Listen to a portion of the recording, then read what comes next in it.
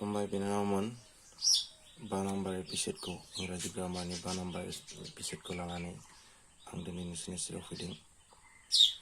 दिनै जों जागायजेनगोन past कन्टिनिउआस टेन्सनिफ्राय। 2 number एपिसोडआव जों फोरोंखांबाय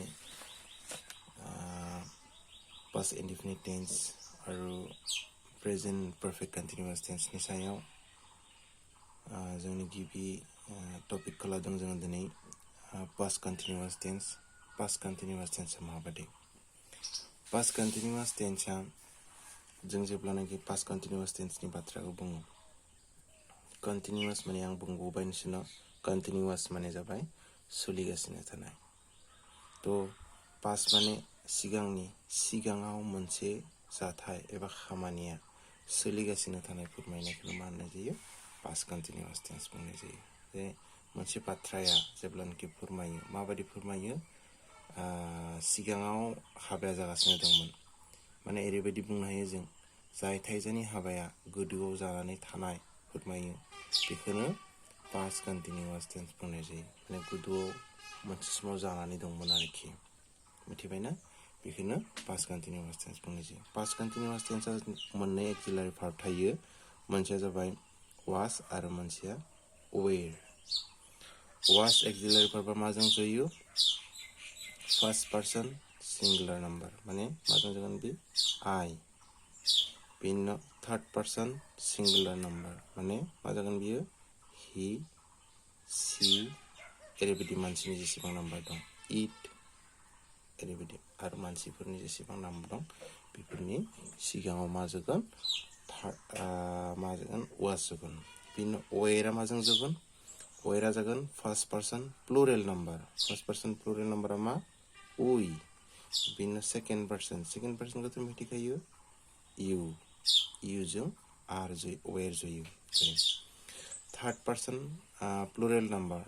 थार्ड पार्सन प्लुरेल नाम्बारखौबो मिथिखाबाय जों, दे, देम, देयार, बेफोरा जाबाय थार्ड पार्सन प्लुरेल नाम्बार। स' वास आरो वेरआ ओरैबायदि जायो।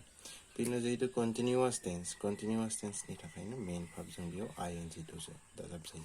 मिथिबायना? मेइन भार्ब एबा प्रिन्सिपाल भार्बजों बेजों मा खालामजायो? आइएनजि दाजाब जायो। बेखौ गोसोआव लाखि, कन्टिनिउआस टेन्सनि थाखाय। एग्जाम्पलाव थांनोसै जों। एग्जाम्पलाव थांब्ला जों थखनो बुजि मोनलांगोन। गिबि एग्जाम्पलखौ लादों आं दोंसे सल' लिरगासिनो दंमोन। मिथिबायना? आं दोंसे सल' लिरगासिनो दंमोन, माने गोदोआव लिरगासिनो दंमोन आरोखि। थ' बेयाव जों बिनि सेन्टेन्स फर्मआ माबायदि जागोन आं बुंबाय नोंसोरनाव। सेन्टेन्स फर्मआ साबजेक्ट जागोन, बिनि उनाव मा जागोन? वास नङाब्ला वेर जागोन,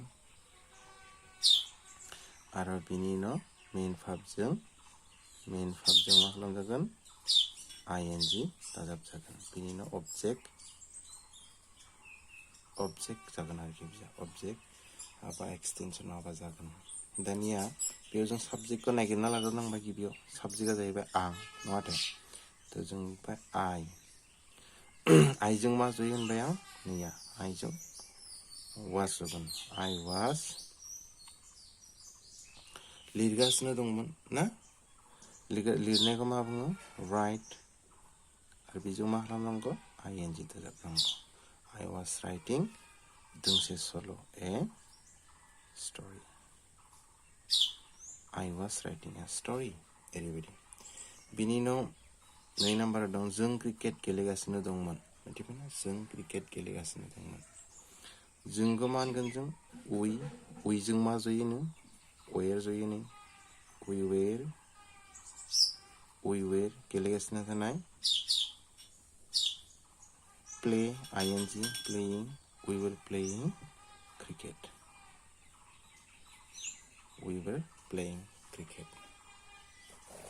बिनि उनाव आरो मोनसे 3 नाम्बाराव नों बे खामानिखौ मावगासिनो दंमोन। मिथिबायना? नों बे खामानिखौ मावगासिनो दंमोन, गोदोआव मावगासिनो दंमोन। थ' नोंखौ मा होनगोन? नोङो जाबाय जोंनि साबजेक्ट। नोंखौ लिरबाय जों इउ। बेनो इउजों मा जायो होनबाय जों? वेर। मिथिबायना? इउआ अरायसम प्लुरेल फर्मआव थायो। U where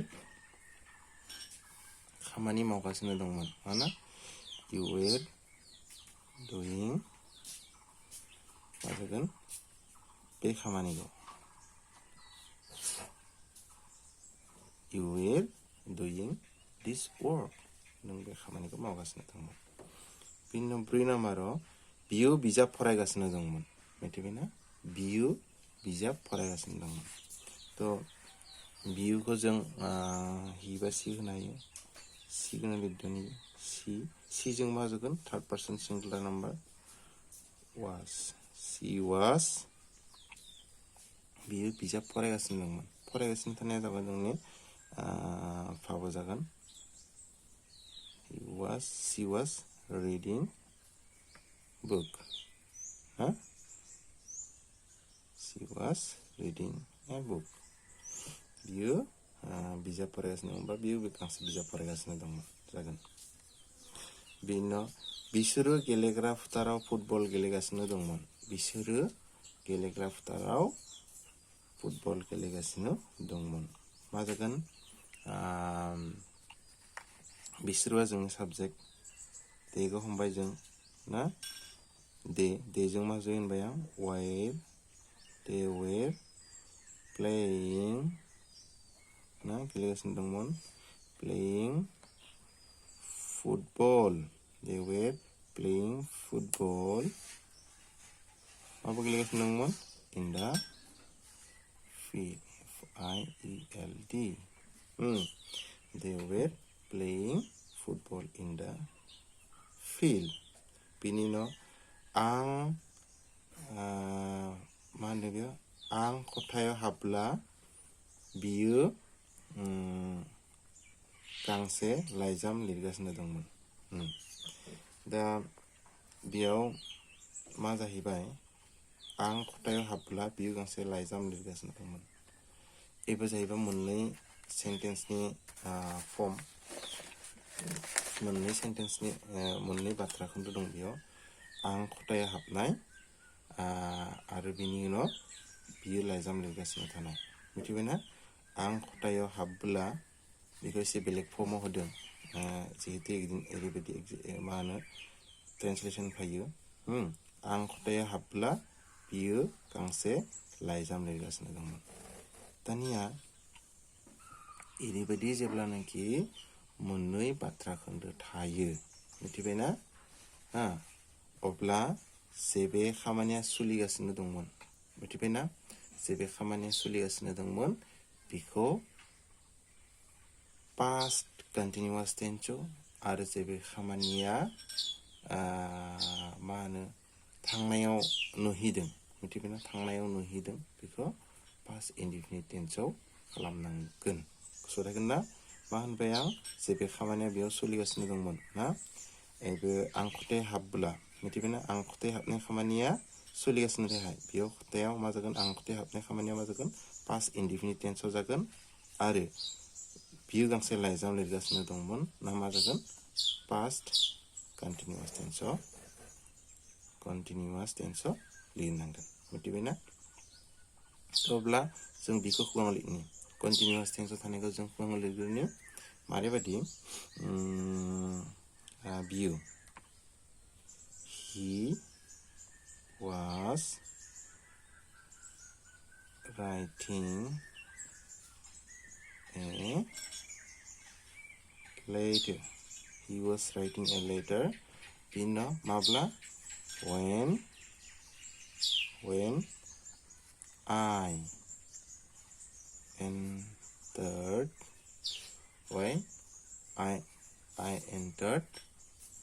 the room entered the room मिथिबायना he was writing a letter when I entered the room तारमाने बे लिरगासिनो थानाया आं खथायाव हाबब्लाखौ जों past indefinite tenseआव खालामबाय आरो बे जेबे जागासिनो दं बेखौ मा लिरबाय जों past continuous tenseआव लिरबाय ओरैबायदि खालामनांगोन बेबायदिखौ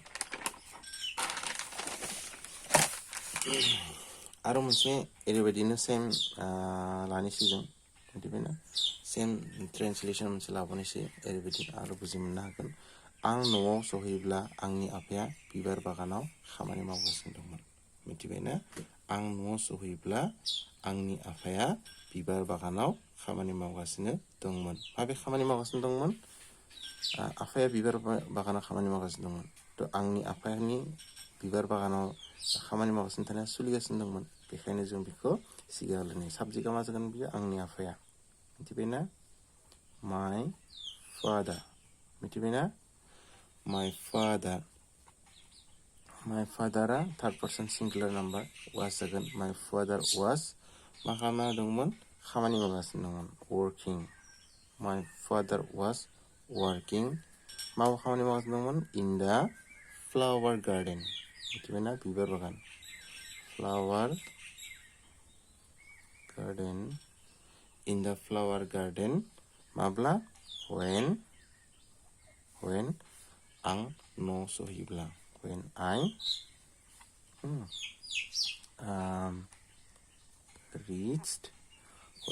reached no home बुजिमोनदो my father was working in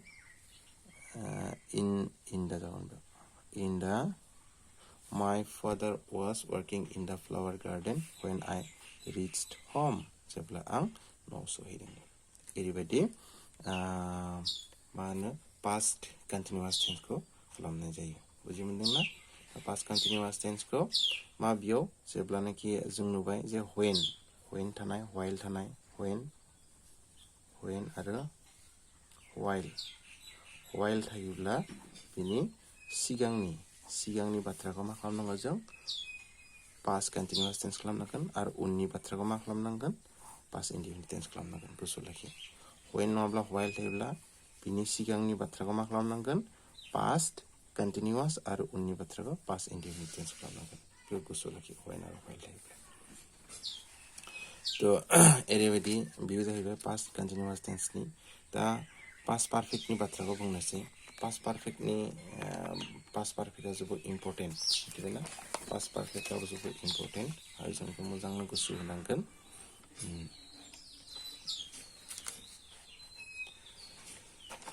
past perfect tenseआ जाहैबाय ओरैबायदि जे गोदौ मोनसे खामानिया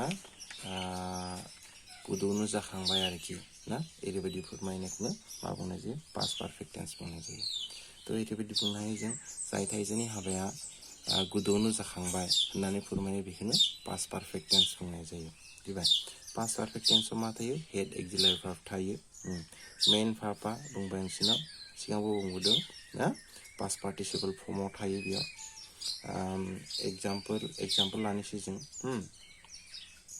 exampleआ ओरैबायदि बियो ताजमहलखौ नुबायमोन मिथिबायना माने नुखांबायमोन आरो सिगाङावनो नुबाय he had seen the Taj Mahal मिथिबायना जों मा खालामो head मोनसेल' auxiliary verb जेराव मेराव माने बेयाव पार्सननि बाथ्राफ्रानो फैलासै जेयावनो साबजेक्टआ जियानो जा बेयाव हेडआनो जागोन आरोखि मिथिबायना आरो मेन verbआ सीआ मा जाबाय seen जादों past participle formआव he had seen the Taj Mahal बिसोरनि खामानिखौ फोजोबबायमोन माने हुआंनो फोजोबबायमोन आरोखि मिथिबायना they had finished their work ना had लिरबाय finish past participle formआव जाहैबाय बिनि उनाव दानिया नैबेनि बाथ्रा बियो फैनाय सिगाङाव आं गांसे लाइजाम लिरदोंमोन दानिया मा जाहैबाय बेखौ खालामनायनि सिगाङावनो आं मोनसे बाथ्रा फोरमायनो सानदों बेखिनिखौ नाय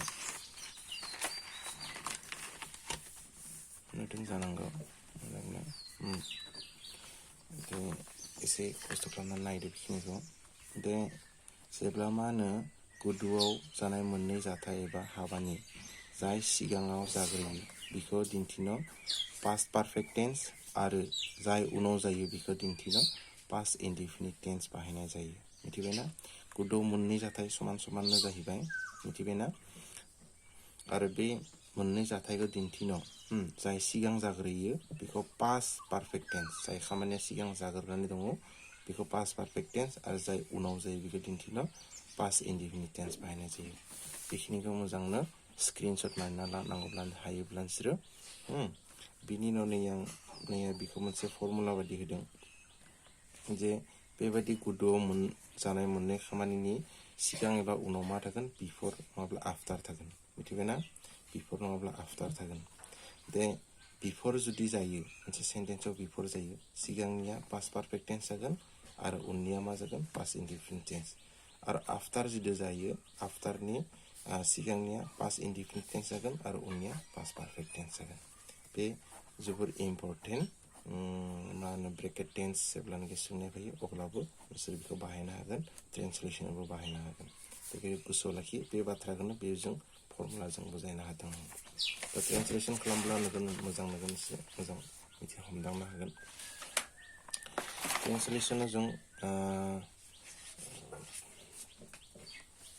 पास्ट पारफेक्टनि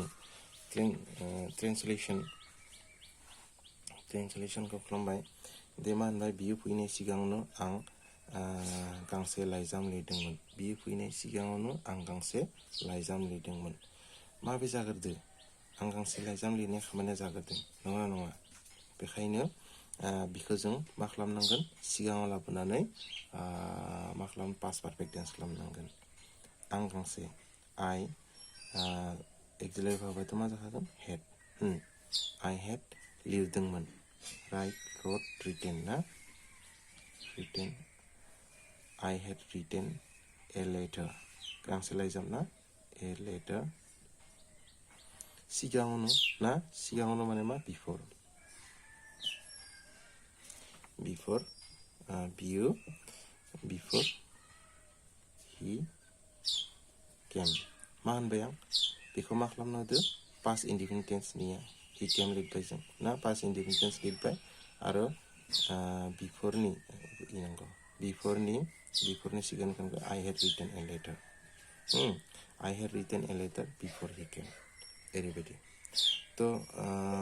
ओरैबायदि जों ट्रेन्सलेसन खालामो आं बे फर्मुलाखौ होनाय बायदि बिफोरनि सिगांनिया पास्ट पारफेक्ट टेन्स आरो बिफोरनि उननिया पास्ट इनडिफिनिट टेन्स जायो बेनि उनाव दङ ट्रेना नागारनायनि सिगाङावनो जों स्टेसन सहैदोंमोन ट्रेना नागारनायनि सिगाङावनो थारमाने ट्रेना स्टेशनखौ नागारनायनि सिगाङावनो जों स्टेशनाव सहैदोंमोन बे बाथ्राया जाहैबाय आरोखि माबे मोनहैनाया जाहैदो सहैनाया नंगौना नङा जों स्टेशन सहैनाय खामानिया जाग्रोदो बेखायनो मा लिरनांगोन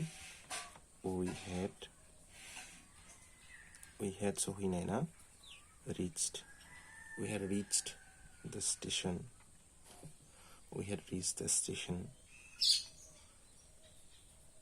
before the train left train L-E-F-T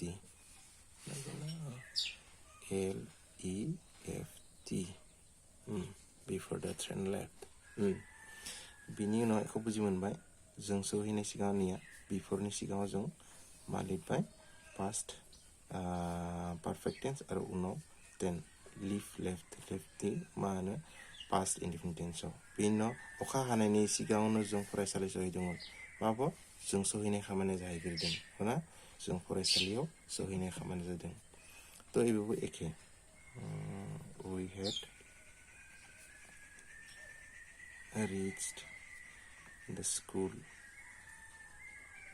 we had reached the school before अखा हानायनि सिगाङाव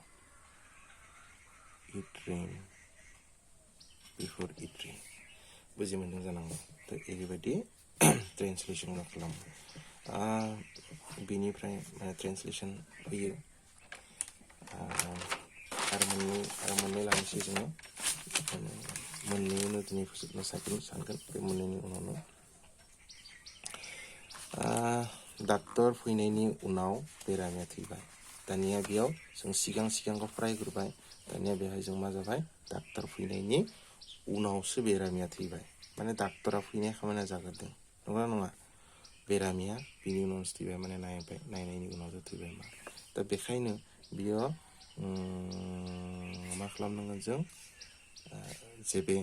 जेबे खामानिया मा होनो सिगाङाव जायो बेखौ मा खालामनांगोन जों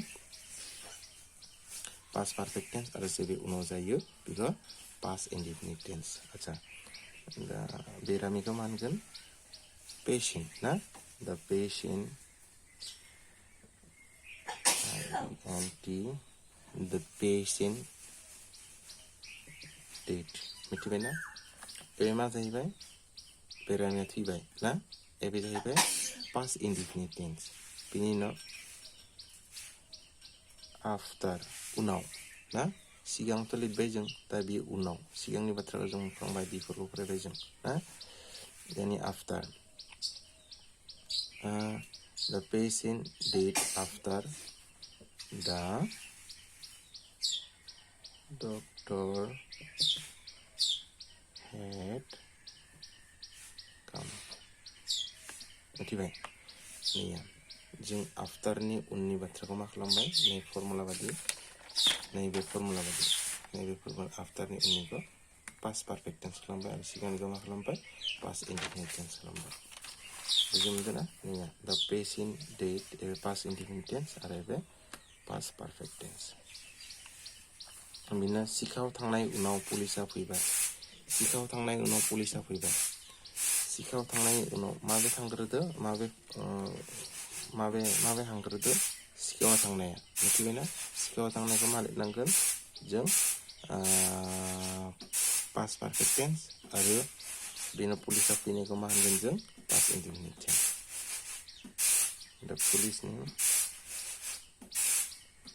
the police came after the thief had gone